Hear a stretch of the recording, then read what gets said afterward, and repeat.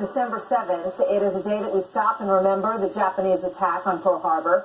The base was attacked on a Sunday morning at 7:48 by 353 Japanese fighters and bomber aircraft, wiping out most of the U.S. Navy fleet.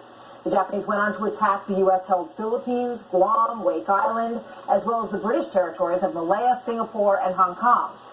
And then Midway was hit on the next morning on December the 8th. Later that day, President Roosevelt addressed the nation, declaring war against the Japanese Empire and saying this: "No matter how long it may take us to overcome this premeditated invasion, the American people in their righteous might will win through to absolute victory."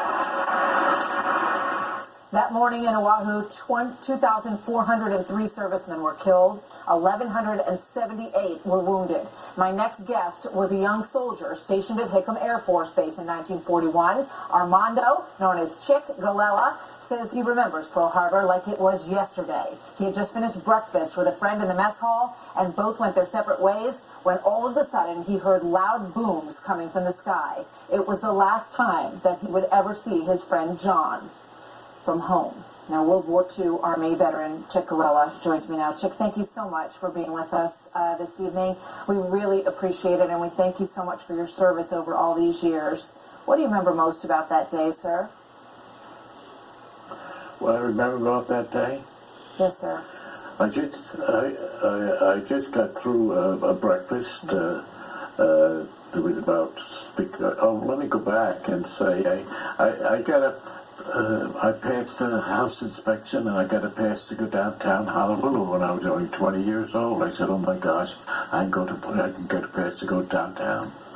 So I get up early that morning, had breakfast, and went down because of the fact that we were going to pay $17 a month. I sent my mom $5 and ended up with $12. So what we did, I went down, had early breakfast, and about 7:45, coming out of the mess hall, I said, I said, "What the hell is that?" And I saw the Japanese red circles. "We're being attacked. We're being attacked." They flew so low, so high, they were very low, and you could see them, and they strafed and bombed, so I went to my quarters, and I picked up my barracks, my bag, and we had a Captain Savage, and he said to me, before that, we went down to the motor pool to get our equipment. We were a communications outfit, so we got our equipment out of the motor pool, and we passed the supply room. There's a fellow named Sergeant Nortz. He was the supply sergeant. And they said, "Come on, we have to get our guns in there. I cannot open the supply room because they get orders from the captain." I said, "You out of your mind? Are you out of your mind? Don't you see what's happening?" Well, in case of that, he did open it up, and we got our equipment. After we got our equipment, we got on our trucks, and they put us in a volcano for the headquarters. I don't remember their name, and that's where the headquarters at the time. And so we stayed there for a while, and at our camp we put our guard duties to protect the perimeter. We stayed there for a while, and we went back to Hickam Field.